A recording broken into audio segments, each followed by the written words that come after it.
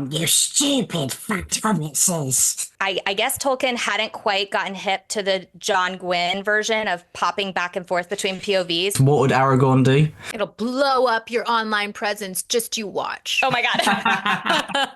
I went to uni and came back 3 weeks later and he was a different person. Kristen could sell you toe hair. Brothers, Sisters. readers, Lend lend us us your your ears. ears.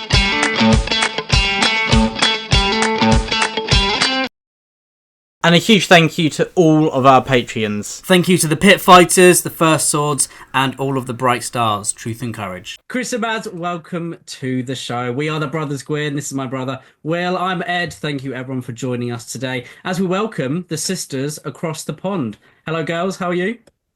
Great. Hello. Thank you for having us. Oh, thank you for joining us. We had a chat with you, as you said, last August, and here we are on our channel. We're ready to pit you against each other, get the sibling rivalries going. Me and Ed, we bicker in all the videos all the time. We thought we'll try and push it towards you two, because you always get along so well that we thought we'll create We're a bit gonna more push some tension. boundaries now. So we've got that to look forward to. Mhm. Oh boy. We'll try. We usually play pretty nice. We'll see how it goes. We might do a fast forward to 30 minutes time. Yeah, we'll do it. We'll do an intro. Perfect. But I mean, the first biggest question, really, I think out of anything, is elves or dwarves. What would you choose?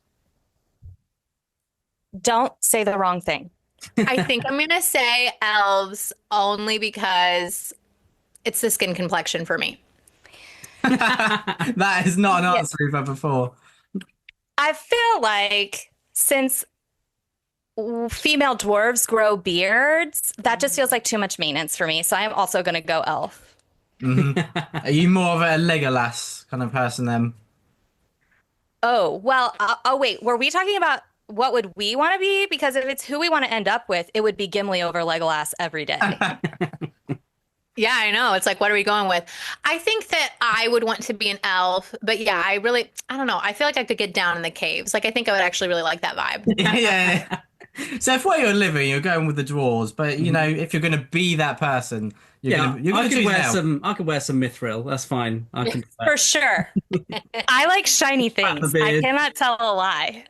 Yeah, collecting a hoard of treasure. Perfect. Yeah. I think that question kind of sums everyone up perfectly. What side of the fence they fall. So yeah, no good answers. And oh, You go, Will. sorry, You go. just tell us something a bit more, positive before we get into the contentious issues. What is the last book you've loved? Ooh, well, I finished Return of the King yesterday. It's a reread and it broke me. Broke me. It broke me. And Sobbing. I kept thinking like maybe I shouldn't have reread this because now I'm concerned that every other book is going to start going down in star ratings Yeah. because just nothing touches what Tolkien did and how well and beautifully he ended that series. Oh my God. Yeah. I also finished Return of the King last night and I was just weeping. And it's just like I've cried most weeks, to be honest. We're rereading the full Lord of the Rings trilogy with our Patreon and also doing the movies. And my husband Mitch joins us for deep dives because he's read the Silmarillion. He knows so much lore. It's insane. And he's just read the books so many times. Like dozens. Like he knows them so well. And so I think it's just like the combination of the nostalgia of my childhood with it also just being like a technically perfect story, with it also being that like we're reading it with people who are reading it for the first time as Oh. adults and like how it's impacting them. And so I think all of that together just has made it like such an emotional read, and it's just confirmed and solidified like nothing else will ever touch that story. It won't. Like we can read other things, but It's and we'll God still tier. love them, but that will always be God tier. Yeah. Yeah, I think Tolkien could get big one day, maybe. Yeah. So, Maybe. as you're doing the body read, were you trying to like read the same chapters at kind of the same time? Yeah, yeah. Amazing. So I make the read and watch schedule. So you read a book over 4 weeks, and then you're watching the part of the movie that coincides with that reading section. So we did the Fellowship of the Ring in 4 weeks and watched that film over the course of 4 weeks. And then actually, when we went into the Two Towers, because There's spoilers at the end. yeah, there's some things that they moved from the Two Towers book into the Return of the King movie. So we just we did some tandem reading. So not only like in the Two Towers book, there's I guess Tolkien hadn't quite gotten hip to the John Gwynne version of popping back and forth between POVs. So he just did one POV for the first half and then another POV for the second half. So we did tandem. We would pop back and forth. Super fun. Yeah. And So then it's the same timeline though, because what Frodo and Sam are doing and the rest of the Fellowship, it's like they're happening at the same time, but he wrote them like separate books. So we're reading what each of them was doing in their own parts of Middle Earth at the same time. Yeah. I will only read it this way now. I'm keeping her schedules forever. yeah, we created like a tandem schedule that follows chronologically and follows the movies quite closely. So Oh, I love that organization. That is brilliant. Yeah, I keep meaning to read it like that every time I reread them, and then I forget, and I've already finished Fellowship of the Ring, and I'm like, okay, I might as well just carry on like this. But that sounds like a perfect way to do it, so I definitely need to jump on that. Who is your favorite member of the Fellowship? Woo! Rah! I mean, Aragorn is daddy to me forever. And I know that's like so inappropriate, but I feel like every single like man of my dreams, I'm always like comparing him to Aragorn, like literally forever. But Sam is actually like the heartstring puller for me. This is not what I thought you were going to say. What did you because think I was gonna it's changed. Like you, as a child, your favorite character was always Pippin. Yeah, Pippin be clowning. Like he's who I want to go to a bar with. You know what I mean? Yeah. Go If has you're going to the meet one in person, it'd probably be Merry or Pippin, wouldn't it? Yeah, they'd karaoke. I know they'd karaoke with me.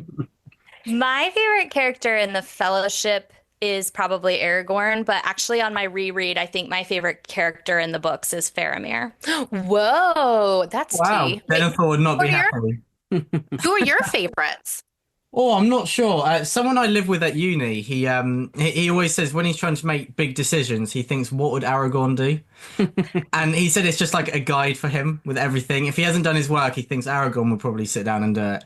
And he genuinely does this every single day. That is a good way to go And he's about a life. great person, so it obviously works. I think Aragorn, I do love Boromir. I just love the conflict and it just hits at the heart. But Samwise Gamgee, I think you just can't beat. Agreed. I do love Boromir, and Faramir in the films is We did him dirty in the films, really. the content with him is cut really short, and same with Éomer. And I think then they cut Imrahil completely. But I think because I love Aragorn, I love that those other characters form such a brotherhood with him, and you see him like gathering the leadership of the world to him so that they can be a team. And you just think about like Faramir basically, sorry, I can't spoil anything. But Anyone anyway, like Maddie? don't say anything. Not to bully you, but it's getting a little long-winded over here. I just love Faramir, period. I'm going to borrow that. I'm going to start tapping you. Oh, I hope next time not. you go on a monologue about family trees. I think I've always got a soft spot for Frodo because without him, it couldn't happen, could it? But I'm definitely like film coded because I watched them when I was like 5 at the cinema. So I think always Frodo. I remember weeping in The Return of the King when I thought he was going to bite the dust with a certain spider. But yeah, Papa Quinn does love to tell that story. It was tough work. Being at the cinema with you and just looking at you sobbing, and he was like, "Oh no, That's very emotional, oh child. no." Yeah, I still am. 6 years old? Yes, I watched The Two Towers at the cinema the day Will was born, and I was 7 then. Yeah. It's a little guy to be watching those. I'm still afraid of orcs, and no shame. You know the That's beginning of The crazy. Return of the King when like Gollum Smeagol was transitioning into that nasty cave guy. That is a hard watch, and I remember as a kid I could only watch it in the daylight and I had a toy of Gollum, and you could like swap his head with like a nice happy face, and before bed I always had to put the happy face on. Because if I woke up and the nasty one was on, I couldn't sleep. It'd be a nightmare for everyone in the house. So yeah. I can one up Ed slightly though. I think I was 3 days old and I had ear protectors on watching The Two Towers in the cinema. So I don't quite remember it, but technically Right, we're not playing it's the points. first We're not film playing I ever watched. Yeah. That is It's a good claim to That's fame. wild. Yeah, but I always love like Glorfindel, Éomer, Erkenbrand, like all those characters that should have been in the films. But you get why they cut them because they're still like 400 hours long. But it's a perfect 400 hours. Yeah. More family trees to look at afterwards. Yeah. Now the niceties are over. We last time when we came on your channel, we did two truths and a lie. So I think it's time that we get into some fibbing. Oh, Do you want to go first or do you want me to go no, first? I'm so bad at lying. You go first. Okay, are you guys ready? We're ready. I've been humped by a dolphin. I farted on a first date, and yes, he heard it. My favorite thing to do at recess was the unicycle. Right. Good luck with that one. You Okay. are so dishonest. You know what? They're all said. They're all just true. with- Come on, be yeah. honest. I'm not sure what you lean The towards. dolphins, see, I've seen dolphins do this on like David Attenborough programs. They always hump someone, don't they? I think that's the first time I've heard that quote. But You can write that one down. Dolphins are humping. The fart sounds very believable, Chris. I'm afraid it does sound very believable. The unicycle. I think I'm going to go dolphin as the lie. I'm going to go as the unicycle. The dolphin was the lie. Yes. I mean, they all could. It was just kind of a leap at the dark. That. I just love that they absolutely believe that you farted on a first date. Duh. For sure. That's how I sealed the deal. Oh my God. You got to be open from the beginning. Pardon the pun. Start it off. Yeah. I'm real. You can relate. Okay, Maddie, are you ready? Are you ready Yes. to lie? I'm very bad at lying, guys. For all you Say know, your all of truth these looking are at us, these and are then just lie. all true, okay? Because I can't lie. No. Okay. I was in a house fire when I was 7. I won the English competition for my newspaper when I was a senior in high school. And I got a tattoo without my parents' permission when I was 16, but it was a Bible verse, so it was fine. Okay, I'm going to Ooh, say I some good believe. ones. I believe the tattoo. Yeah. I'm going. I'm not sure. I mean, is the house fire like is it a fib? But really, she was 8. You know, like sometimes people do that, don't they? I'm going to say house fire. I'm as gonna the say lie. house fire. That is true, actually. No way. Tell us Yes. more. When I was 7, we went to Christmas at my parents' house, at our grandparents' house, and we were all of us kids awakened in the night and like rushed out of the house because their hot tub caught fire. I don't know if you guys have hot tubs in the UK, but their hot tub caught fire on the back deck and like burned up the windows of the back of their house. And so it was just, and they had this whole wall of windows, so it was just like flames. Yeah, Like crazy. it was Right. insane. Yeah, but their hot tub caught fire. I don't know how that can happen because it's literally water, but it caught fire. That was a hot tub. So that's, They took Yeah. it too seriously. yes. It was Yeah. a good job. Well, that's terrifying though. But everyone was safe. Everyone was fine.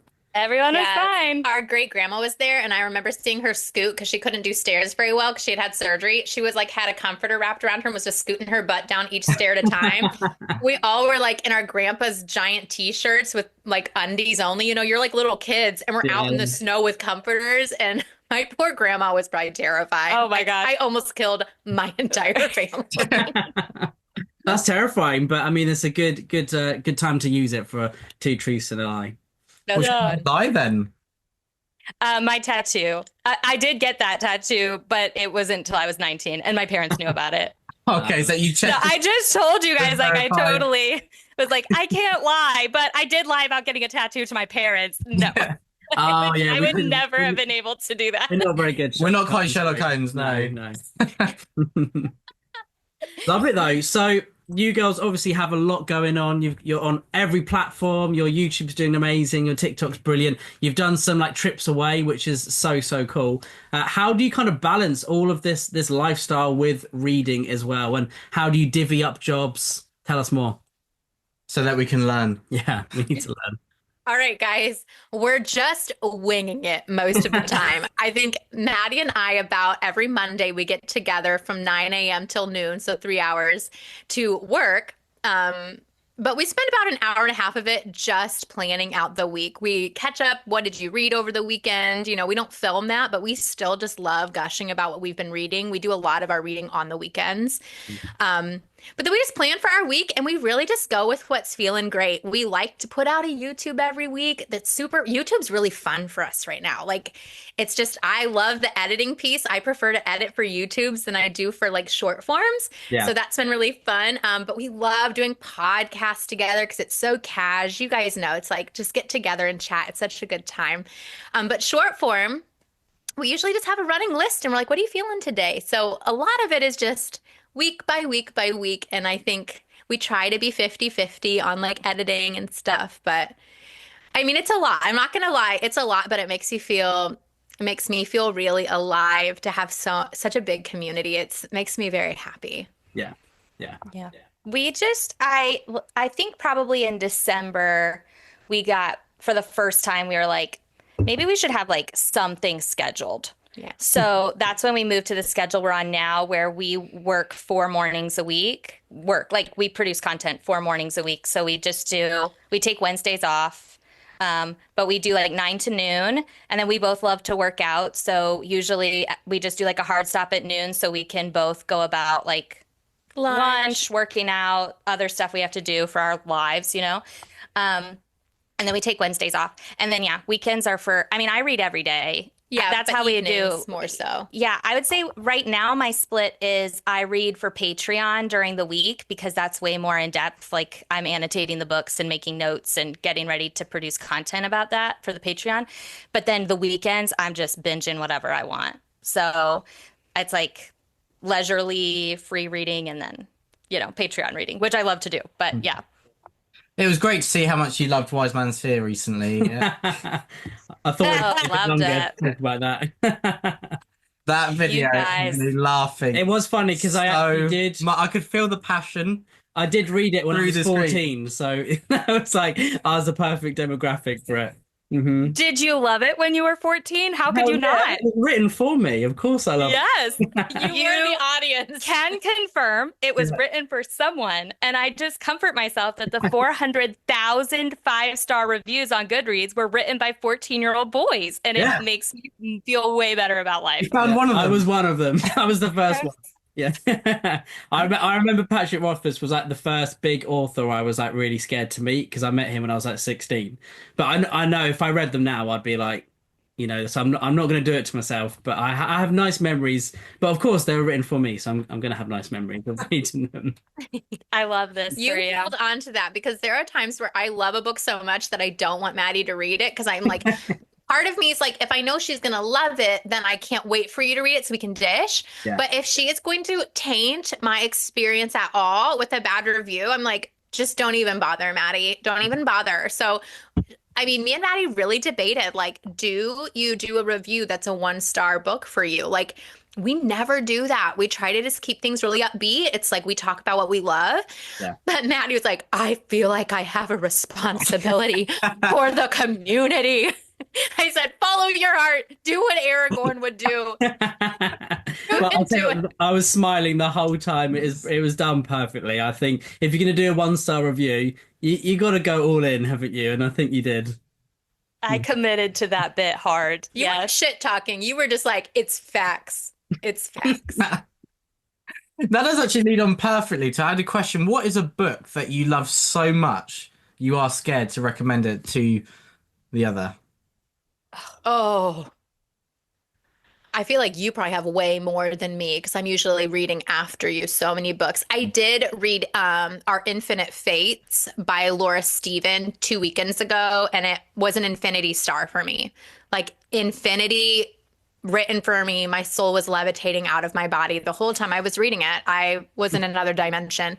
And then I asked Maddie to read it because I'm so hyped, and she read it and rated it like 3.5 stars. And I was like, "Dagnammit, I knew it! I didn't know it was gonna hurt your feelings." Well, I just no slander for books I love. Like I want no slander. But when we talked about the book, and I was like, "Here's why. Like, here's the 2 things that I would have changed." She was like, "Oh yeah, I would change that too." And I'm like, "But it's still so good." They didn't cause a family fallout then.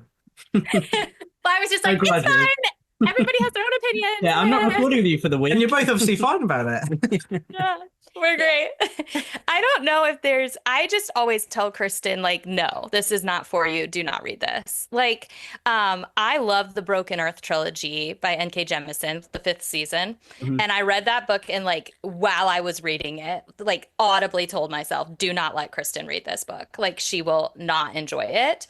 So I just usually tell her not to. It's not like I'm scared she would rate it low.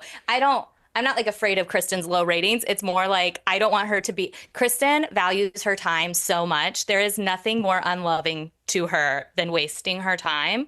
Don't waste it. Not authors. So I just not think ever. she would be mad at me. She would just be like, what the hell? Like, I don't know. Like you stole some, you robbed from me. I have told Kristen not to read the Stormlight Archive in its entirety, but I do want her to just read The Way of Kings. And I told her she should just read it as a standalone because I think she will love Kaladin's story in just that book. So sometimes I'll do that for her. Like, I know I know she will think I wasted her time if she reads all of it, but I think she could just read the first one.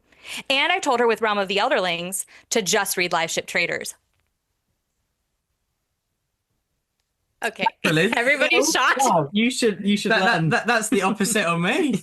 Yeah, that is. He loves Fitz, though. I think I would like Fitz if I started the first book in the Realm of the Elderlings and Assassin's Apprentice, and it was too slow for the time of year and the other books I was reading. Sometimes I wonder if books, like, they just need the right time and you need to have read the right thing before it. Like, it really does depend on, like, your mood, and it was like the wrong place, wrong time. So I could see myself doing it at some point. You guys need to tell us your Realm of the Elderlings and Brandon Sanderson situations, though, Yeah. because I feel like there's tea here, because I know, Will, you still haven't read Live Ship Traders. Still, Well, that was harsh. Still haven't. That was harsh. Yeah, I haven't read it yet, and Ed is currently reading it, so putting me to shame. And it's not like I loved the first trilogy. I thought, like, Royal Assassin, one of the best books I've ever read. But Assassin's Apprentice, Assassin's Quest, they're okay. It's Robin Hobb though, so it's beautiful to read, but they're okay. And then Someone call the ambulance. I did start reading Live Ships so I can say I've read it before Will. So we do inspire each other. Will has literally read everything else Realm of the Elderlings but Live Ships. Will, they're her best books. They're so good. I'm going to read number 3 very soon, which is Ship of something. I think Destiny. Oh, he doesn't even know what it's called. I don't Doesn't need even to, know what it's called. because I've read them. Oh my The only God. bit I take from that is that I've inspired Ed to read more Robin Hobb. So I think I've won there. But now when you read them, you've copied me. You're following I've macheted. Oh. And if you listen to my opinion, that's fine. I'm glad I'm here for you. You can read the books. We're so I tell you supportive, to. aren't we? So supportive. They are really good, though. You should definitely read them. Right, that's enough about live ships, okay? I would be sad, actually, if Will did read them, because I don't know what we would talk about then. Because that's kind of the crux of my personality at the moment, that I can say to Will, you haven't actually read them. And everyone else in Discord on the channel, they join in. I think I need to make a t-shirt. I think I call it bullying, actually. No, it's character. Oh, character building. Yeah. You just need to have another bit on deck for when he does read them. Like, that will be your project. While he's reading Live Ship Traders, you come up with your new bit. I did see like post-it notes where you're mapping loads of things together. Was that you trying to find the next thing to bully me about? Exactly, yeah. Oh, okay. Good. Will is a Robin Hobb like fanboy. When he was young, he was probably what, like 11, 12 when you first read them. About 15. Okay. 15, yeah. My Because I bad. remember I'm I not was good doing at numbers. mock exams, and my punishment for not revising was to have the books taken away from me, so that I had to revise. And then when I did a set amount of hours, I got the books back. Yeah. And because of that, Will then put them on a shelf above his bed. And then in the middle of the night, they all fell off. The whole shelf collapsed onto his head. So Robin nearly killed Will. Yeah. I mean, there's Oh my figure. God. Was Live Ships on there? It was was. Vivacia. It Oh, you was. wouldn't know because you haven't read them. Oh. That's a lot of books to fall on your head. That's very traumatizing. Yeah, no, and I think I had like the Lord of the Rings box set as well. Mhm. So it's like this amalgamation of buried under books. Oh, no. Wow. I feel so bad for you. I understand now why they make bookshelves with like those little hookadillies to keep it connected to the wall. Yeah. Because listen, if these books on our shelves, they would murder someone They're weapons. hmm easily. Yeah. Yeah, oh, definitely. I mean, I learned a valuable lesson. Don't leave heavy things above your head whilst you're sleeping. It is an important It's not a good idea. Or who put that shelf up? Like, can we put any blame on them? Or Oh, it might I have mean, been that was Papa Blint. Papa Let's not. Gwyn, so No. He did. I have to blame him. He did it on purpose. he said, I think there's a lesson to be learned here, Will. I'm going to leave one of these screws a little loose. Yeah, it's like at the end of his chapters, he loves to leave a cliffhanger, and so it was hanging off the edge. Yeah. When will it fall on him? But I mean, What do you say now? last time I spoke about Brandon Sanderson on the channel, I got thoroughly destroyed in the You comments. did. I did a tier ranking, and that made a lot of people sad. Unfortunately, I hate to be negative because I just don't like it. It hurts my soul. And usually, like a lot of people say, "Oh, you always rate a book 5 stars." I'm like, "Yeah," because I chose it, and I know that like the books I love. But yeah, it didn't land for me, unfortunately. It's a bit they're big books. Yeah. So it's a bit like Christian. It's so big that I do value my time as well, and it did like Brandon Sanderson robbed me of joy and life for a while. See, This is so validating. Yeah. See, I still need to carry on with Mistborn. I've only read book one, which I wasn't keen on the first half, but I did enjoy the Sander launch. So I need to carry on with that. And then when I think I was 14 or 15, I read The Way of Kings, and I really enjoyed it. And so I do need to reread it. But I thought I'd give it a bit of time because every time I mention The Way of Kings, I see Ed flinch. Yeah. So just for his own health, I'm going to leave it a while. Yeah, I've been bullied. Yeah. It's just so hard for me to imagine spending that much time with the same characters because a lot of times in series, I just feel like there's more wasted time. And maybe standalones are too. Maybe I'm just picking the best ones, but I just feel like I like books that are efficient and like really plot forward. And whenever I feel like there's like meandering happening, I'm like, where was your editor? Like, it must just be the vibe. And some people read for that really like, ooh, let's just hang out in this cool ass world and talk about the creatures here. Let's talk about the landscape. And I'm like, okay, I literally don't care if it's not characters, enjoyment, or plot. I don't want it, actually. Yeah. So I That's think one it's of a the reasons. taste thing.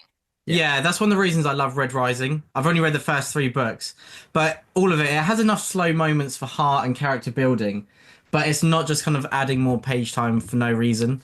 Especially Golden Sun, it's just all moving towards creating tension, which just crushes me. That's one of the only books I've like been sweating at as I've read it. Nice, thanks. Phil.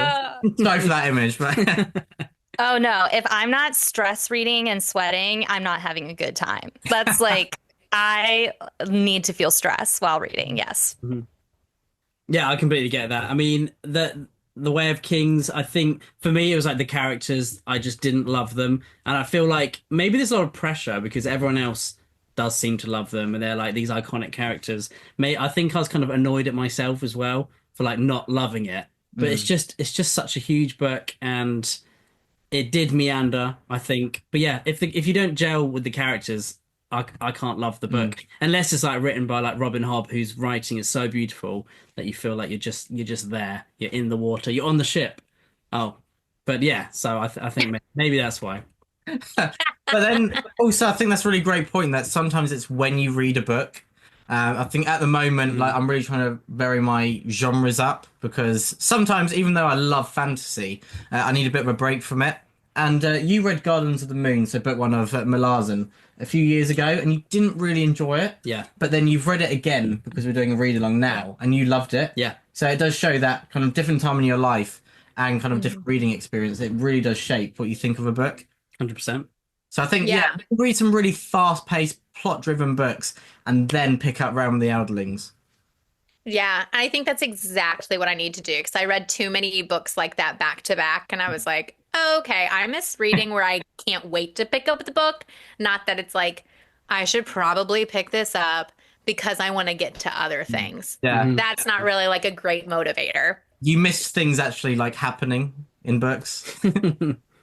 Yeah, because I'm just like zoned out. So bad. How do you like plan your TBRs? Do you like plan really far in advance?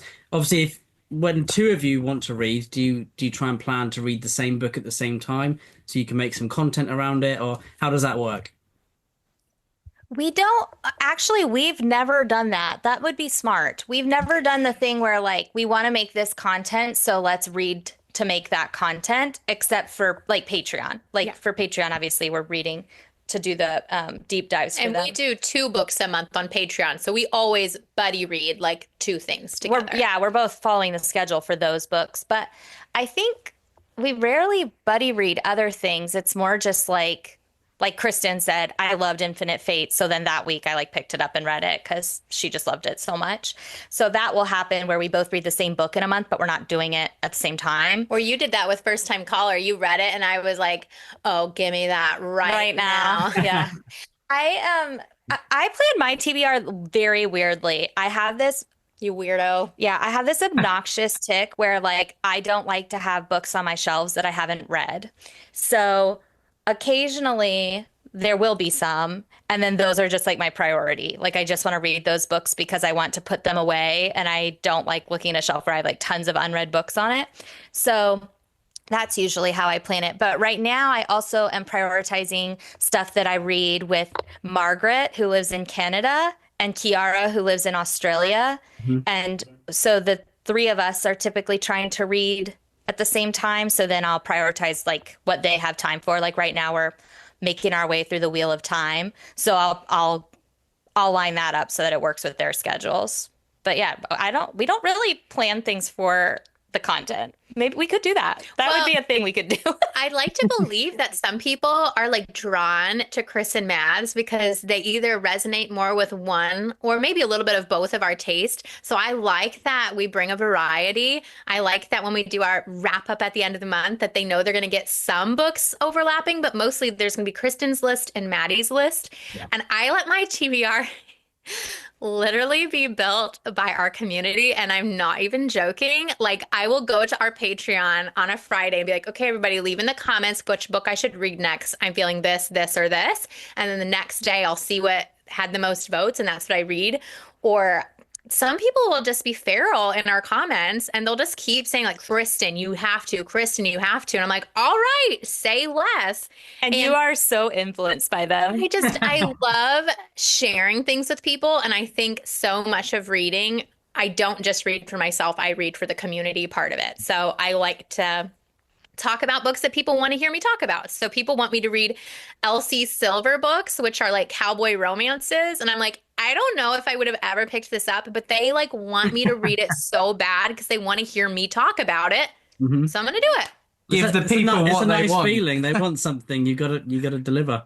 I mean, I would love to see a video of you talking about your favorite books that you've picked up because of the community. I think that'd be great. Yeah, that would be so fun. I'll put that on our list. Kristen is so much better about that than I am. I'm like, Maddie's like, actually, it's my TBR, so step away. It's not myself, I know. I mean, I'm like, actually, I'm getting my own PhD in fantasy literature, and I have my list, and I will be sticking to that. Thank you very much. But that is the best habit I've ever heard, that you actually read what's on your shelves. That's really mature, because I don't think many people... That is groundbreaking. Yeah, it is. Like, my girlfriend was looking at my shelves. She was like, oh, what's that book like? I was like, no idea. Sure. And she said it about probably 15, 20 books. She's like, have you read any of these? I was like, some of them. I actually told her beforehand what ones you hadn't read. Oh, okay, she was targeting me to point them out. Yeah. But it was awakening for me, I think, that maybe I should read some more books out of my shelves. Yeah.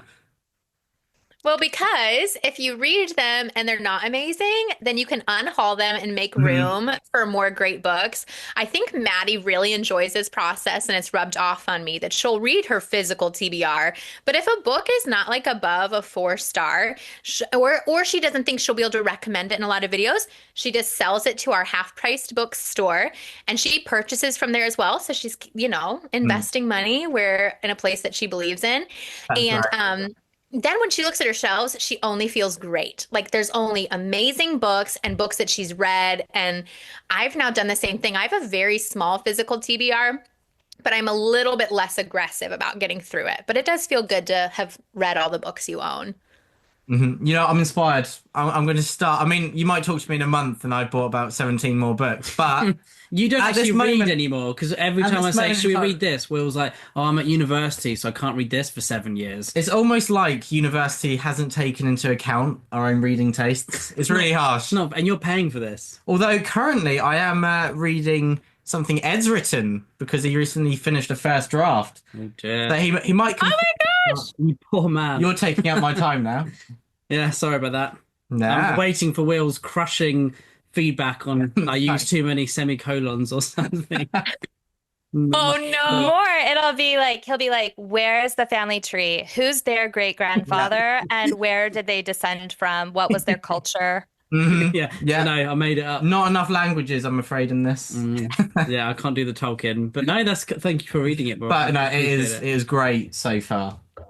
Oh, Ed, that's so More. I'll exciting. give you Last time we 20 talked to you, last time we chatted, I think we like heard that you were writing a book, but I don't think it was near finishing. You must have been really aggressive. Yeah, I kind of dedicated everything into finishing this Yeah. book. 3 keyboards have been destroyed.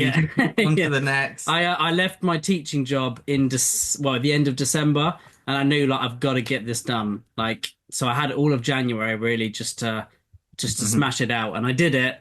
So I'm very happy. Yeah, Yay! That's so exciting. We want an arc when you're ready for arc readers. For real. definitely, 100%. I'll let you know once Papa Gwyn's read it too, and they say rewrite the whole thing. Then yeah, I'll let you know. That is incredible. Like Papa Gwyn said, like it's one thing starting writing something, but to finish it, and this isn't small. What, 150,000 words is it? 160. 160,000 words. That's Oh not my gosh! flashed through in a week. So No. it's been dedication, and it's fantastic. Well, I started writing it in lockdown in COVID, so like 5 years ago, wasn't Yeah. it? But yeah, it's been a long time, but no, it's good. And you've had a few other projects you started before but didn't finish. Yeah. And then this one you really felt it. Yeah, You pushed through, and it's done. yeah, And Sadie read it, and she was sobbing like the entire time. yeah. I've never wanted to make my fiance Mercedes cry, but it felt good when she cried while she was reading it.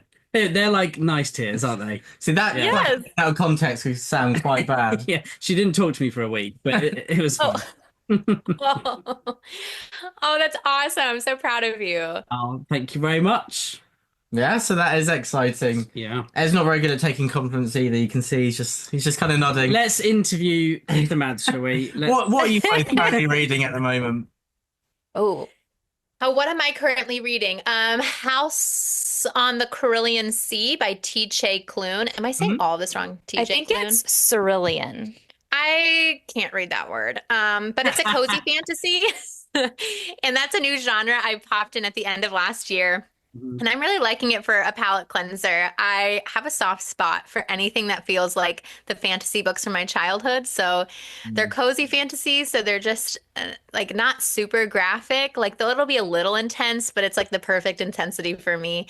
And there'll be like some love, but it's like really like sweet and tender. So I'm reading that and having a good time. And then I'm also reading a book called The Invitation. Gosh, I can't remember the author, but we're meeting the author this next weekend when we go to LA for Shelves in the City. And it's based in the settings in Italy. And since we're getting ready to go, I wanted to read an Italian book. Lovely. Perfect. Yeah, I mean, Italy sounds amazing. Tell us about your trip that you have planned. Oh, yes. We're so excited. We're calling it Family Vacation because we're going with the family from Patreon. So 24 ladies from Patreon are meeting us in Italy on April 6th. And we've got a whole week of itinerary planned. So we're going to hang out with them and it's going to be a great time. We're so excited. But before that, we got invited to Shelves in the City in Los Angeles. So we're flying there on Friday. And then our families are going to meet us there for like 3 or 4 days because it's our kids' spring break. So we're going to go Disneyland and the Wizarding World at Universal Studios for Harry Potter with them. And then our husbands are flying our kids home, and we are flying straight from Los Angeles to Italy. Wow. It's going to be a fun time. Who's We got to figure organised out how to that? pack all of it. It sounds crazy to organise that. Yeah. But incredible. Oh, we could never organize it by ourselves. We have a very awesome travel partner called Trova Trip. Yeah. And they are experts in group travel. So they They Do everything. They do everything. They have a local guide on the ground that's with you the whole time, like that works with your group the whole time, like a host, basically. Yeah. And they make sure that we meet all of our buses and that we get to all of our excursions and that like they vet like restaurants for you and Hotels. yeah, they've got all the bookings and accommodations for us. And so yeah, we don't have to we just know it will be smooth because we don't do any of that. We do not. We just tell them where to meet us and we meet them there. That is what we do. That is so much nicer. You don't have to be looking at the watch the whole time. You turn up and you get taken wherever it's already decided. Yeah, and last time you went to Ireland, the land of Shauna Lawless, which just looked Yes. amazing, looks so cool. Oh, that was so fun. The most fun part about that was meeting Shauna and Ryan and getting to introduce them like to all the girls that came to Ireland with us. Like we did not plan that. It just happened that way. And we were Really? just like, we don't just show up and then there's amazing authors there. That is not normally what happens, but it just happened in Ireland. Like they just happened to both be there promoting their books. So that was so fun. Oh, Shauna Law, she's lovely, isn't she? Yeah, and Ryan's great. She's the best. She's the best. No, we bonded over so much wine. Like we got intimate. And I feel like she's like my bestie, my Ireland bestie, and I cannot wait to go back and see her. What a soul. Like I had no idea. They always say like don't meet your heroes, you know? Like I loved her book and I was like nervous, but she makes me love it even more because I'm like, of course, she's amazing. She's going to write amazing shit. Oh yeah, her series is fantastic. We read book one as soon as it came out, didn't we? And every single release we're on it, and not a single one's failed to impress. I love the novellas as well. Oh, we need to read We the need to. novellas. Yeah. I think they're possibly the best novellas I've read in that the way they enrich the world, and not only on characters you already know, but they managed to introduce other characters that are fantastic in such a short page count. It is fantastic. And it's really cool that her publishers are publishing them too, because I'd love more authors to do this, because Ryan does novellas as well, doesn't he? So I think that's a really cool addition, especially like if someone's read book one of a series and then it's kind of like a palate cleanser as well, because it's such a short read, but it's also really like hella immersive as well. So that's exciting. Have you guys ever thought of like doing meetups with your patrons? Oh, I think maybe when we talked, you said you did breakfast with one of your patrons or something because they were visiting the UK. But do you ever like want to meet them in person or like figure out how to make that happen? Yeah, we've done a few meetups in like about an hour away from us with whoever can make it. We open up to the Discord as well, and it's just lovely to kind of see them. I mean, me and Ed, we're really hard to nail down on the same day. We're just so busy. Will, I'm always here. I'm always ready.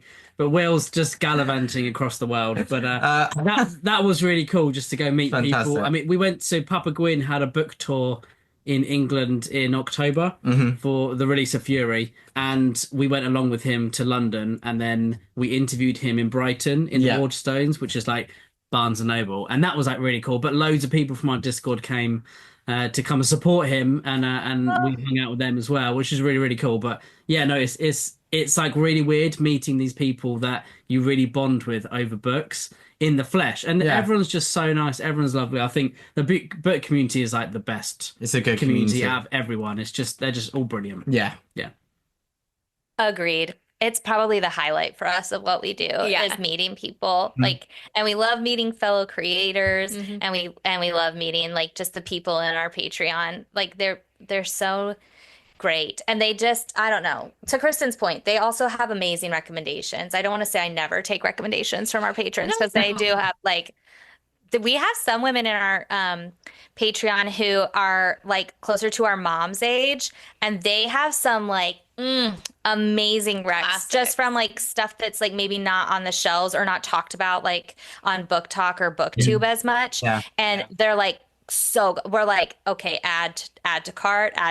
Like this sounds so good. And some of them have those really great like cheesy covers, you know, that are just, I don't know, epic. Nostalgic for me. I love them. I love the cringy cheesy covers. It's like they're so cheesy, they're good. They're so cheesy, they're good. Exactly. That's how I feel about the Wheel of Time covers.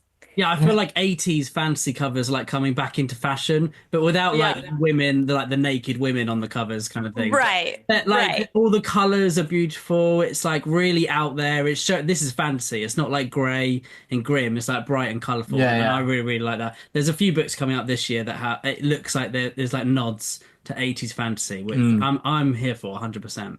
Here for it. Agreed. Agreed. So if you two had to choose three books that summed you up as a person, Oh, you say? I mean, that is a harsh question, Ed. Well, it's because I can never choose for me, so I have to put it. oh my God. I'm trying to think of, we just last week each made our top 10 books of all Yeah. time. So I'm trying to think my top three, but they're not as different genres. So I'm trying to think of me from different genres. How about what if I did one for you and you could tell me if I'm close and you do one for me and I'll tell you if you're close. That Oh, could I be like easy. that.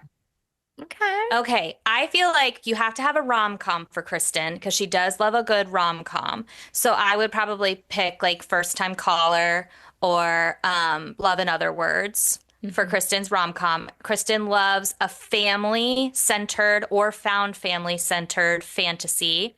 So I would probably choose, I mean, let's just say we have to take Lord of the Rings off the table because I know. obviously we both love Lord of the Rings. But I would probably choose but you also do love Dark Academia. So I would probably choose one of the ML Wong standalones for you, like Blood Over Brighthaven or Sword of Kaigen. And then for you also love to read nonfiction memoir. So I'd probably choose Green Lights by Matthew McConaughey. Oh, that's pretty good. That's really cool. I need Nice. to read Blood Over Brighthaven and then Green Lights as well. Oh, you have to prioritize them, sir. I think I will. creatives should read Green Lights. It will not only is it a great book for like personal, just it's entertaining and funny, but I think it's very inspirational for creative people. So I would definitely recommend it for creatives. It'll blow up your online presence. Just you watch. Oh my God.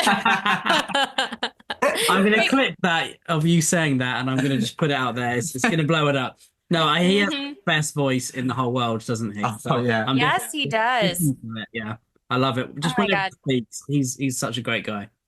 And he has such presence. I'm like, does that man ever get confused between his brain to his mouth? You know what I mean? It's like he just has the crystal idea and just speaks it. Yeah. And there's no ambiguity. There's no doubt. There's no kerfuffle. There's no filler words. He's just like channeled. You're just like, It's showing off because it's the whole time. I know. He was just like built different. Yeah, Yeah. agreed. Yeah. And like whatever his mom put in his baby food or whatever was in her breast milk, like I will buy it in troves. Another quote. If you Another clip. ever meet him, you have to say that to him. Does your mother want to sell her breast milk on the black market? He's like one of those authors that I'm like, dude, if I want to meet so many authors, I wonder if you guys feel this way too. Ooh, after this question, we should all say the authors we would want to meet because I want to know for you They've guys too. probably met so And you many. met a lot, but maybe they have some they haven't. Okay. But Matthew is one of those authors that like I really want to meet him genuinely to talk about his book, but also like one of the people I'd just love to meet in real life. Yeah. Like if I could have a conversation with someone, I think I would walk away like different. Yeah. I'd like to imagine. Yeah, Do you like know my three? Yeah, I have your three. Okay. Okay, so Maddie loves a long series. She needs a lot of time with her characters, and she needs time for every single character that is mentioned to have their own arc. And she's going to need to be hit in her feels repeatedly. So Red Rising by Pierce Brown. And also because she needs to have like a medieval fantasy, we're going to go with The Realm of the Elderlings, Kada. But because she's such a like, Including live ship. what? Including live ships. Including live Yeah. ships for sure. Literally her favorite. live ships. And then Maddie is actually like Hermione Granger in real life. She loves school. She never wants to leave school. This is why we do deep dives, because Maddie's like, I need my highlighter and my notes, and I just need to get down into it and find the lowest layers. So actually, I'm gonna go with A Secret History by Donna Tartt. Ooh. Because Maddie does just love like a very mind heavy book. with lots and lots of like drama and like Angst. yes, like it's the weirdest thing about her, but Lord, we love you. So do you like a Beautiful. philosophical Great. heads? That's so funny because I don't think The Secret History has ever made any of my top 10 lists, but it does encompass my taste quite well. I know because I know you better than you know yourself. Wow. Wow. I feel known and seen and loved. Thank you so much. I love how well you both know each other and like your reading taste. That's brilliant. And I think it'd be interesting if we did that one day. One day. In a video. One I'm day. sure. No, Yeah. You we'll do it today. I want to know right now. Could you do it for each other? Okay. 3 books or series to describe? Yeah. Okay, I'll start. Okay, I think Ed, he loves some dark humor. He loves terrible things to happen to the characters he loves, but he needs to be invested in those characters. Even if you don't like them, you need to like following them. So I'm going to say The First Law by Joe Abercrombie. Yeah. It had to be Joe Abercrombie for that Yeah. one. Yes. Abercrombie. You need some historical fiction in there. Yeah. Again, Well, I have like obsessions and I can really throw myself into something. So like we do reenactment. When I did medieval reenactment, like all I talked about was 15th century Italy and all the paintings, I love velvet, the clothes, the whole shebang.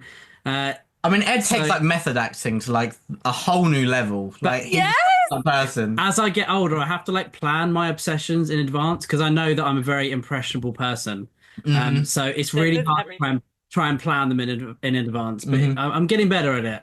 It's hard. It's hard work. It is. It must be very hard. It takes up all my brain space, and I can't think about anything else. But yeah, so historical fiction, yeah. I'm going to say again, you love your characters to be hurt. You love a bit of a mythological edge. Yeah. I'm going to say Boudica by Amanda Scott. Yeah. That is like the most epic historical fiction you will find, but with a very small cast of characters, and it breaks your heart. It really does. I think Amanda Scott is just such an incredible writer. She's like Robin Hobb, but of historical fiction. That's what I say. But Sorry to interrupt. Is one of the books in that series something like Dreaming the Eagle or something? Here it is. Yeah, Dreaming the Eagle. Okay, that's on my TBR. I was about to be like, I'm immediately adding this, and then I'm like, wait, I think that's already on my TBR. Okay. You need to read this. I mean, Papa Gwyn always mentions it as one of his like top 3 favorite series. It's like the historical fiction series for fantasy lovers because it does feel a bit fantastical. Yeah.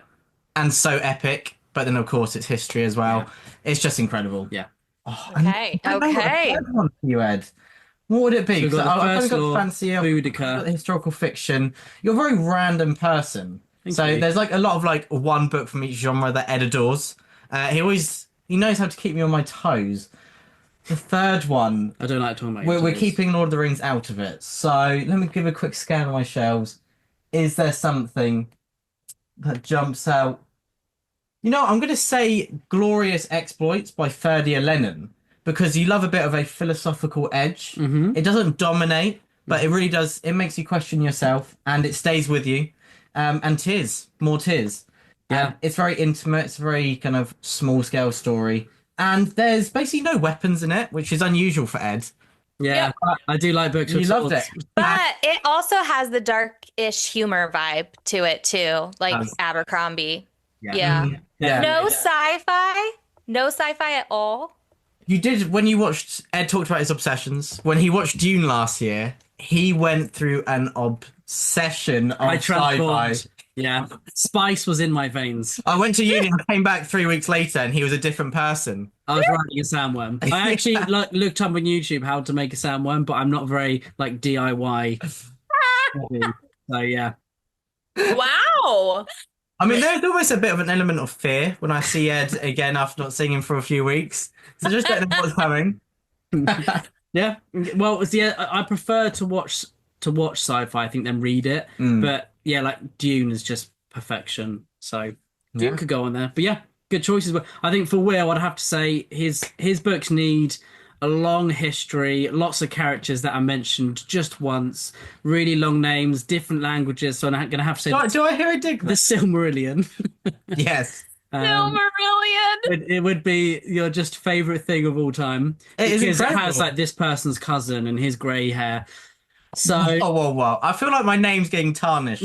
it's lovely. Okay. No, I don't- someone needs to have it as their favorite book. I don't It's just fine. love hearing someone's name once. Okay. I love the depth. Okay. So I'd say the Silmarillion. You That's one. have an obsession with Arthur. Hmm. He wasn't, Ooh. but King Was he Arthur. though? Wait, maybe King Arthur. So I'd have to choose probably the Warlord Chronicles by Bernard Cornwell Yeah, that's a good because choice. Arthur is done very well there. Wait. Is Um, that the same author as that we read? Did we just read that with the Vikings? Yeah, The Last Kingdom. Yeah, same author as The Last Same Kingdom. author. Okay. I was Yes. like, I know that author. I've read that author. He wrote an Yeah. Arthurian series. That That is trilogy his is best books, and he said it was yeah. his favorite books to write as well. Mm. Because I think the Last Kingdom series and also Sharp, they can be a bit templatey. Each one's got a bit of a They're different very villain, formulaic. and they're fun and exciting. I do love them, but the Warlord Chronicles is like your fantasy series. You know, it all ties together, Hey. and it There's is emotion. absolutely Yeah. incredible. Yeah. Absolutely. choice. Okay. I had no idea he had written another series. Fabulous. Looking I it feel up like after this. fantasy lovers would love the Warlord Chronicles Yeah. out of all of his books. Mhm. So that's one to maybe put on your rec, maybe in like 17 years, Maddie. Yep. If I Got send it. them to you, does that mean you have to read them immediately? So you don't have a book you haven't read on your shelf? I'll just move. There's TBR interrupters, and then I'll just Yeah. buy it and read it first, and then get back to the ones that I need to read. That happens. Okay, I'll keep it in mind. So That happened with Glorious Exploits. You guys hyped that so much that I totally interrupted my TBR to read that. thank Oh, I you for love that. trusting us. Thank you.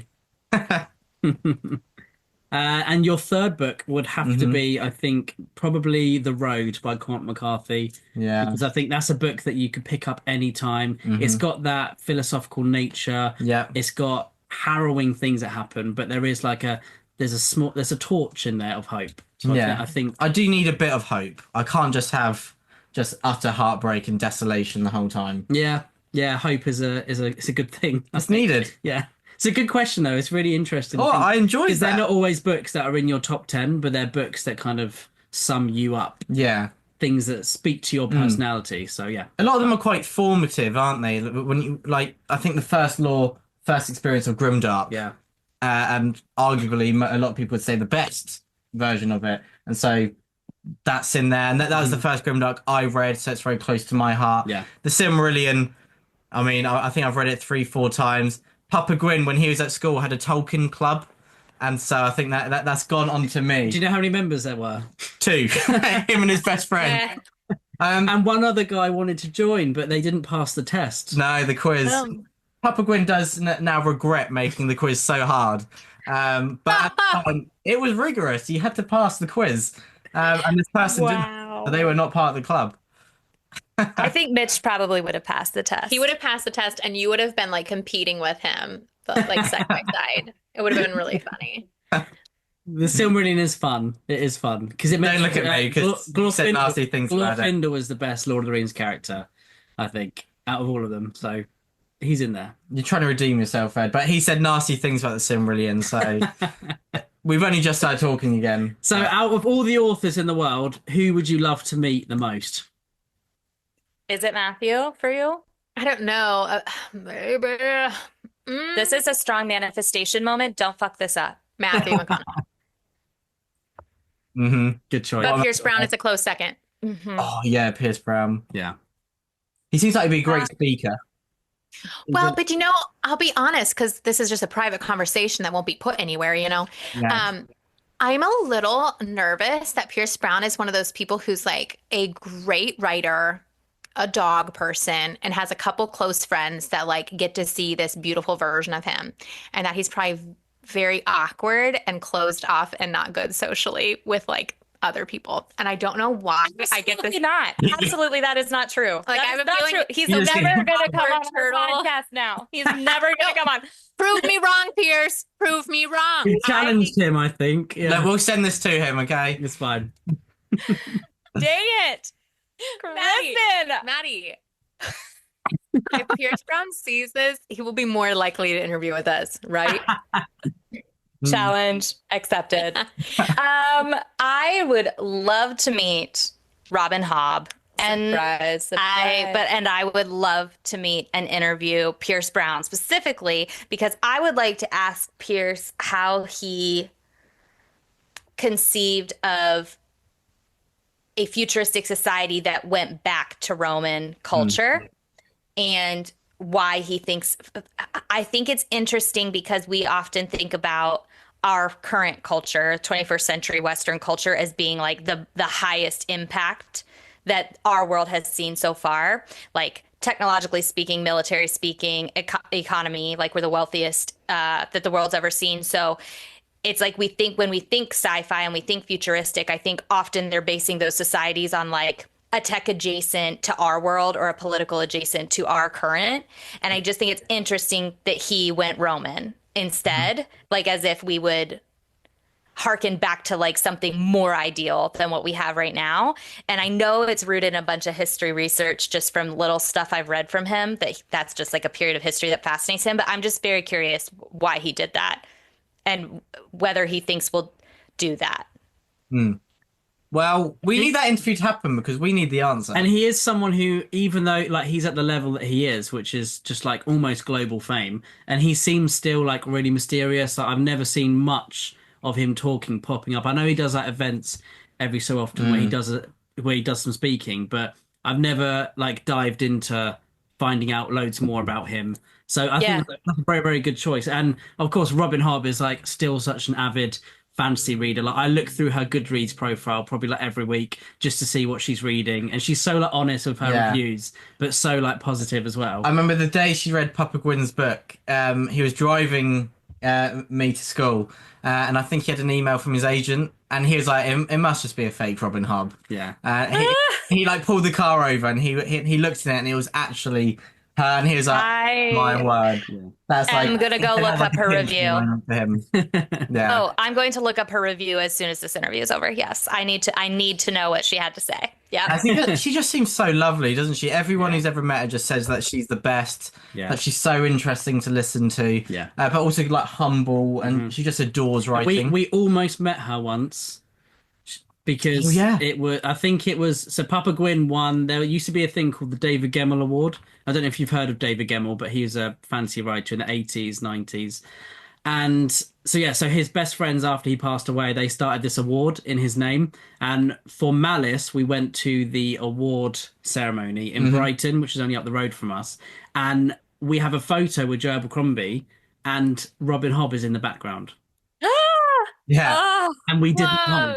No, I think I was 10 years old at the time, so I mean, pictures. I mean, there's Robin Hobb behind, and it's crazy. And Papa Gwyn did his first reading a chapter from his book, and they had like hired out like a room, and he had like a really nice chair. But at the same time, in another room, in like the arena hall, was Terry Pratchett doing a speech, and Patrick Rothfuss and Robin Hobb. So Dad only had like 3 people because they'd all including us. Oh no! It's hard to compete with Robin Hobb. But then he was like, he didn't want to go to his own speech. He thought, I'd go to the other one. I don't want to do this. But so we almost met her. But I think she would be a great person to meet. Definitely. Yeah. Oh my gosh. So is that your answer, Ed, or is there anybody else that you would just like be feral to meet? Oh, I think he's already met his hero. He's already met Joe. We're actually interviewing Joe in the flesh very soon, which is really cool for the Broken Binding event, which is very scary because we've interviewed him on the channel before, but he's just too funny and just too clever. He's just going to run rings around us, isn't he? But I think if I had to choose one person to meet, it would be Manda Scott because she used to be a vet. I love animals. It's lambing season, so I need all the tips I can get. And I think there's a lot of she holds this like dreaming ceremony, which is like this shamanistic ceremony that her and her friends do that they've like spent their life researching. And there's a lot of like Celtic practices, and I just like would eat that kind of stuff up. So I'd eat that and talk to her about it. But she seems so nice as well. Yeah. Manda Scott for me. Very nice. I think I would go with Elodie Harper, the author of the Wolf Den trilogy. I think she seems so interesting, and the characters in that trilogy are just exceptional. I think it harkens back to I love a philosophical edge, not to the detriment of the story, and I don't like it when people kind of shove the answers in your face. But I think that has the perfect balance. of really kind of enforcing like the values of friendship, bonds, and kind of self-sacrifice for others. It's so powerful, and I will be picking out anything she writes, and I think she'd be incredible to interview.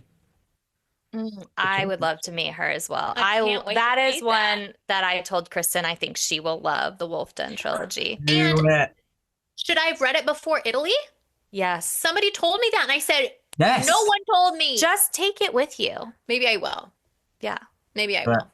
That is part of the excitement when you go to a new place. You can take like 17 books that are all set in that place, which is awesome. You actually Yeah. did that when you were in Greece last I year. read Glorious Exploits in Greece, which was really, really cool. But even though it's not set in Greece, but it's that classical period, isn't it? So yeah. Mm-hmm. So that's question, so when is C-Ray coming back on the channel? Because his video was one of the most fun videos I've ever seen. We should bring him on again very soon. Yes, he's just hilarious. It's so normal to us. Like he is just the way he is. But anytime he is around people who are not our family and you see the way they react to him, we're like, he's hilarious and weird and like just doesn't really follow the rules of like other people's rules, I guess. He is a funky monkey. We're obsessed with him. Imagine like having that as a big brother. It's like your icon in life, like the person you want to be like, a total weirdo. And we appreciate it even more now that we're adults. I kind of want to have him come on to talk Wheel of Time with me because he's on book 12 and I'm on book 8. Wow.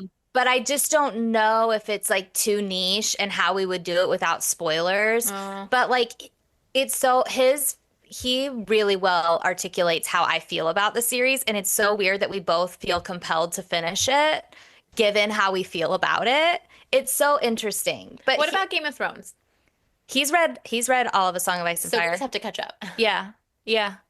We could do that. Yeah, we just need to have him on. Honestly, he has been a consistent reader. He doesn't read as much as Maddie and I right now, but he has been consistently reading like his whole life. So he has like a huge backlist, and I don't think he really talks books with a whole lot of people. So it's a good outlet for him. I also don't think he rates books, and it's hilarious to try to get him to be like, would you recommend this or not? Because like I don't think he's ever given anything in his life 5 stars. He's also a musician, and he listens to like the volume of music that our brother listens to is mind-boggling to me. He also watches a ton of TV and shows, and he's played a lot of video games. So like he just has so much media knowledge and so much knowledge of story and creation that it's like. But then if you ask him, like, do you recommend this album? Do you recommend this show? It's like very difficult. He just analyzes the positives and negatives of everything, and he will find the negative thing in every single thing. And he's like not afraid of that. Like he just equally weighs the negative to the positive of everything. So he's an amazing reviewer without ever actually rating anything. Yeah. He's incredibly honest, and I was all for his opinions. They're so funny, but also he was like so eloquent about them as well. And like when you were trying to tease out like, what do you really think about this? He was just straight in there. So yeah, love it. Yeah, you guys, man, we've got to bring him back. I always forget we still get comments on that video from people who are like, bring him back. We also need to have Dad back too. But yeah, we love having our family on the channel. Yeah. Oh, it's nice to make it like a family thing, and I think that's what appeals about your channel as well, as amongst so many other things, that it is like a family enterprise, and we love that. We always feel like we know you. Even like before we spoke last year, it's a big part of why your channel is so great, I think. Oh, it really is. Oh, thanks, guys. Shucks. What a compliment. Got on to something a little bit different. So another hard question. If you were given 3 months, you can do what you want, you can study one period of history, what would you choose and why? Oh, gee. I like know what I wouldn't want to study. Yeah, what would you Is that how you just rule everything out until you had one Yeah, left? I'm like, I actually do really love Greek history. I've like kind of always been very fascinated by it, and now my 13-year-old daughter is like in the Percy Jackson, and it's like all coming back to me, and I'm like, oh yeah, I need to get back into that. It's super cool. So probably that. Ancient. Yeah, I just I don't know, but Egypt stuff is so I know. good too. I know. I love all the archaeology stuff. Would you like to look into like the mythology? Yeah. Yep. Yeah. Yeah, think? for me, it's also a tie between I would go ancient Egypt over Greece or Rome myself. Yeah.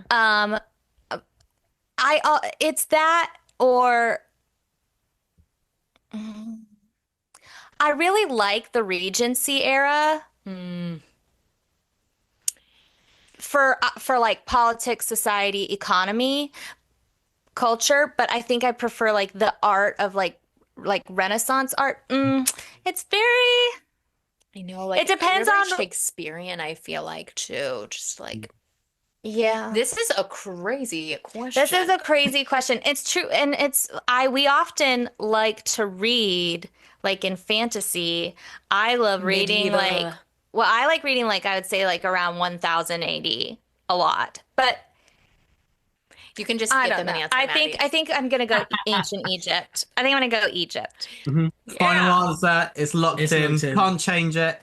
Egypt. Well, everyone go. always talks about Greece and Rome, don't they? But I think Egypt is Need some more something love. that we need to read more about. I mean, I was obsessed with the films The Mummy when I was a kid. I don't know if you've seen them, but they're like just iconic, aren't they? So yeah, good choices. What would be like your university challenge subjects? Like something that only like you know everything about and you would compete with anyone if we're going to ask you questions. We'll give you a What day would to you choose? revise it. Like and- Will, you'd probably choose the Silmarillion, wouldn't you? Oh, I'm not quite on that level. Papa Gwyn would choose the Silmarillion probably because he like can answer any question. What would Wow. be your choices? Kristen, I I know your answer, but I don't know my Wait, you know my answer. I was like, I literally don't feel smart in anything. I'm like kind of like I know just enough about a lot of stuff. I feel like Kristen could right now drive her to a convention center to speak for 8 hours and teach 5 workshops I could do that. on sales. Yes. Kristen could sell you toe hair. Like she can sell Wow. anything. Kristen is Okay. so persuasive and personable, and she understands how people think, and she understands how the community works and what motivates people and what gives them satisfaction when they trade something they value for something else. Like she just understands that psychology so well. She could teach anybody to sell anything. Yes, and I can speak in front of people for hours and keep them entertained. I have done this many times with no notes. Yes. We'll be signing up for that workshop. Yeah, no toe hair. Get your toe hair here, people. Oh my gosh, You Maddie, need toe hair. copper. Going once, going twice. Sold.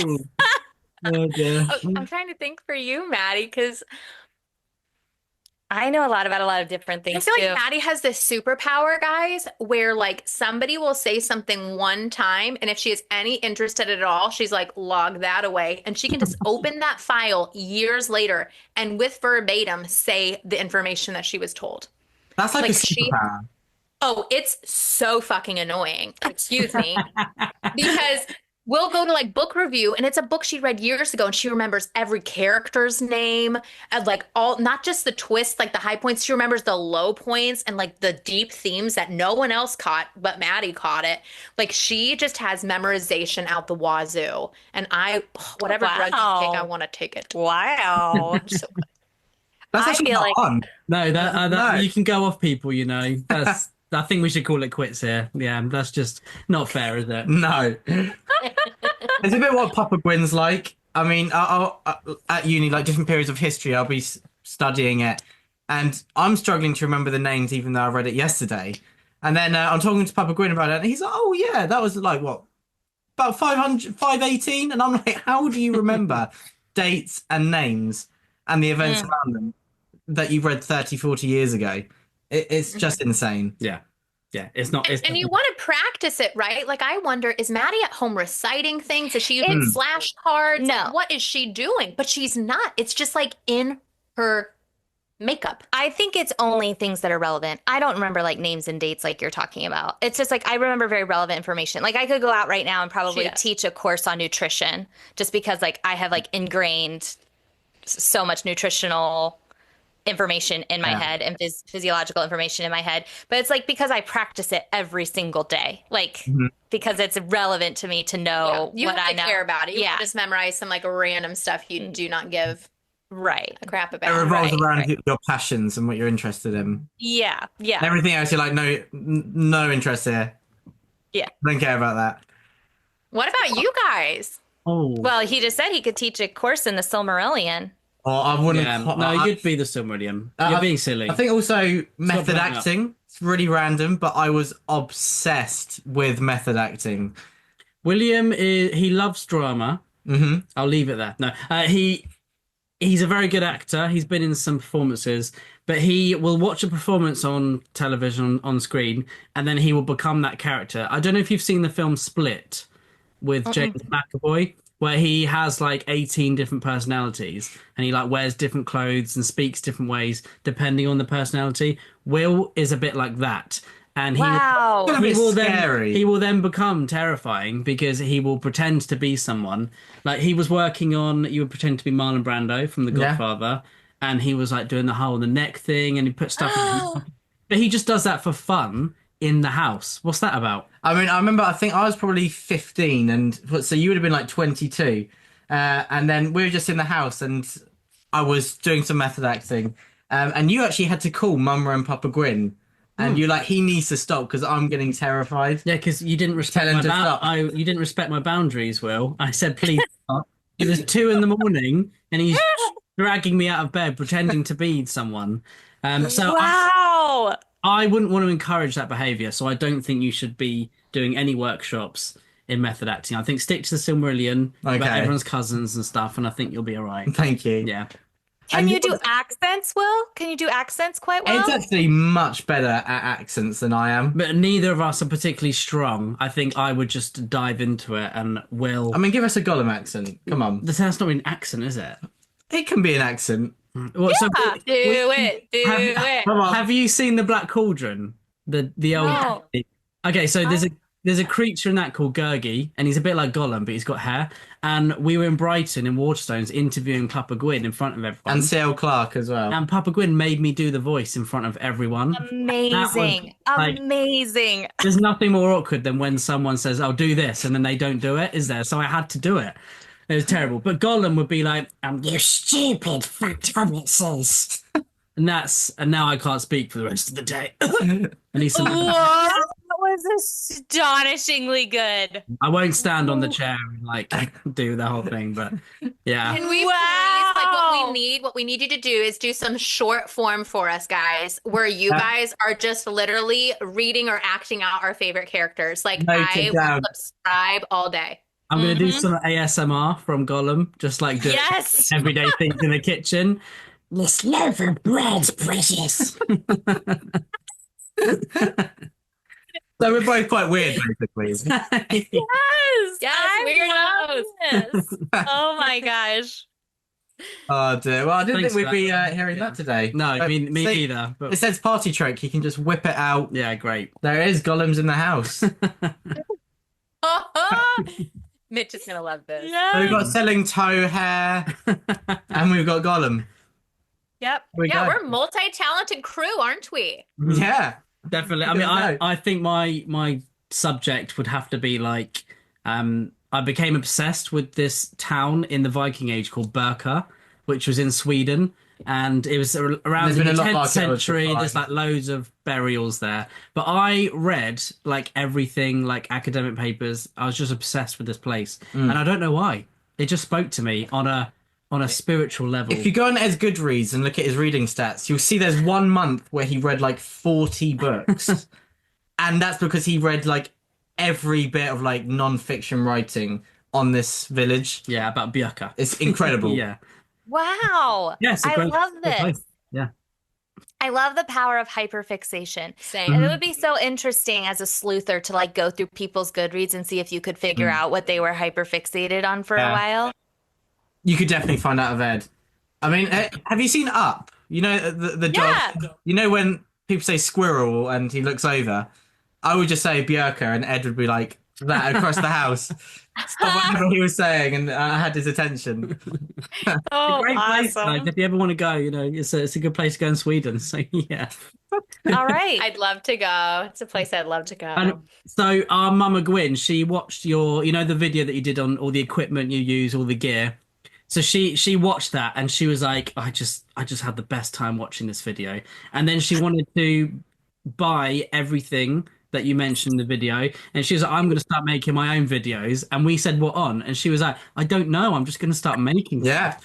And I was like, how have you heard about this? And she was like, this incredible video. Okay. And you know Chris and Mads. I was like, yeah, we know Chris Yeah. and Mads. And she's she like, was well, I trust them, so I'm going to get it all.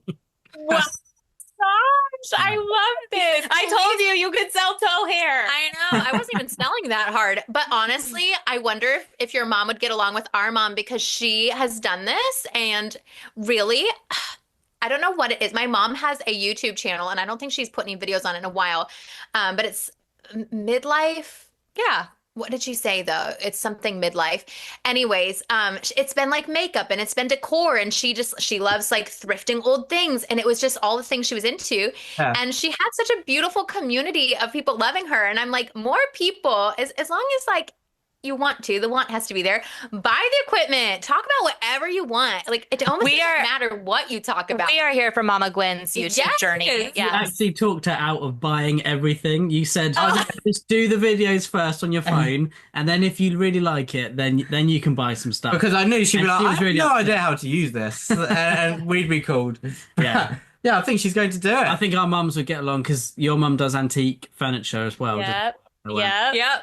There we So does our go. mum, so I think it would be fun. It See would. me, yeah, definitely.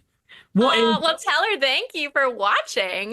we will do? Oh no, we definitely will. What is one book that you would recommend for us to read? Oh, I don't know if I know everything that you guys have read though. Have you both read Sword of Kaigen? Yes. Adored it. Okay. Good. That's like a check. Good Yeah, job. I'm like that has to be one of them. Correct. What about The Invisible Life of Addie LaRue? No, I Oh, haven't. no, I Although haven't I do read that. have it. Sorry, I broke the rule. Okay. It's on the shelves. Yeah. It's on the physical definitely not TBR. Well, it's a standalone by V.E. Schwab, and I just, with your love of history that both of you guys have, but also just because of the themes, and the writing is very poetic and beautiful, that's what I would recommend. Okay, thank you. Added to the list. Thank you. Yeah, your super short list. I'm sure you're not overwhelmed at all. Oh no, definitely I not. foolishly planned my whole TBR for the year, and I shouldn't have done that because now Whoa. I know, and now I feel really stressed that if I break it.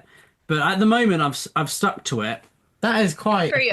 Actually. because I'm trying to plan my hyperfixations Mhm. in advance. But it's As tough. you should. This is so mature of you. I think you guys have both read The Spear Cuts Through Water. I haven't actually. I have read that one. Hmm. I feel like, well, I would probably recommend it more for Ed than Will. Because it's so weird. Yeah. What are you trying to say Like about the that? golem. I like the Just- turtle. Did you like it? I almost DNF'd it, and I don't DNF books, but I watched a load of videos, and I was like, okay, I've got to finish this book. Mm. And then by the end, I enjoyed it. I thought it was like written really, really well. And it's one of those that you said you like you think you recognize you're like an odd one out. You can see that like everyone should love this. Yeah, kind yeah. of thing. I think It was one of it's those weird experiences wrong for time you. for me to read, like we were talking about earlier. So I think Mm.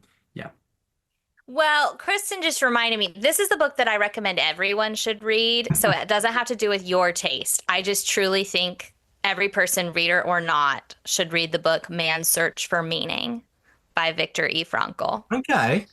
It is a under 200 page nonfiction book. It is one part memoir and one part philosophy. And it was written by a man who survived 4 concentration camps in World War II. Wow. wow, okay. We'll Yeah, add it to it's the list like- as well. Man's Life-changing. Okay. It will not pull on your heartstrings in the sense that it's not written to be dramatic. It's not written like literature. It's not meant to, he's not trying to emotionally sway you. He's trying to cerebrally engage you. But because he has the backbone and the foundation of this incredibly horrific emotional journey that formed his opinions, you just like cannot help but be moved by it. It's crazy. Like but it's not like, like we've read All the Light You Cannot See, or we've read The Nightingale. Like those are like dramatizations of World War II that will make you cry. It's Yeah. not like that. It's that he just yeah, it's just his memoir is so powerful, and there are just things in it that will stick with you and change the way you approach like everything in your day-to-day life. It'll be like one of those like, what would Aragorn do? It's like I'm like, what would Victor say in this moment? Okay, Yeah. I can do this. Yeah. Like It's it's like just a guide, yeah.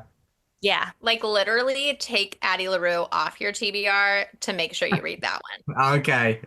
Thank you. Yeah. No, it sounds amazing, and I'll definitely squeeze it in this year. And I'm Yeah. actually reading The Nightingale. Oh, Yeah. don't read this at the same time. It'll be Okay, too I'll leave a little bit of a gap. Yeah. You know what? I physically read it, but I think Kristen listened to it on audio. I think it's only like a 4-hour audiobook. So it might be a good one, like if you have a road trip or a train ride or something, like you can Okay. kind of do it on a commute. Like you don't, I mean, I physically read it, so I also think that you can do that, but ugh, so it's great. Everyone Well, should read that book. it's officially on the list. I'll buy it so then I have to read it because I'm going to be following your rules now, Okay. starting from now. And yeah, we'll get We've back got to a lot of these to take down now. Yeah, I know. You're not going to have That'll be the any next left. 3 days taken up. But then I'm also looking forward to getting back to you because I'll be reading Blood Over Bright Haven, hopefully over the next month. Yeah, me And too. I've heard through the grapevine. Wait, do you like Blood Over Bright Haven? I mean, It's a book, it's basically everything. My It's all right. favorite book of Good last read it. year.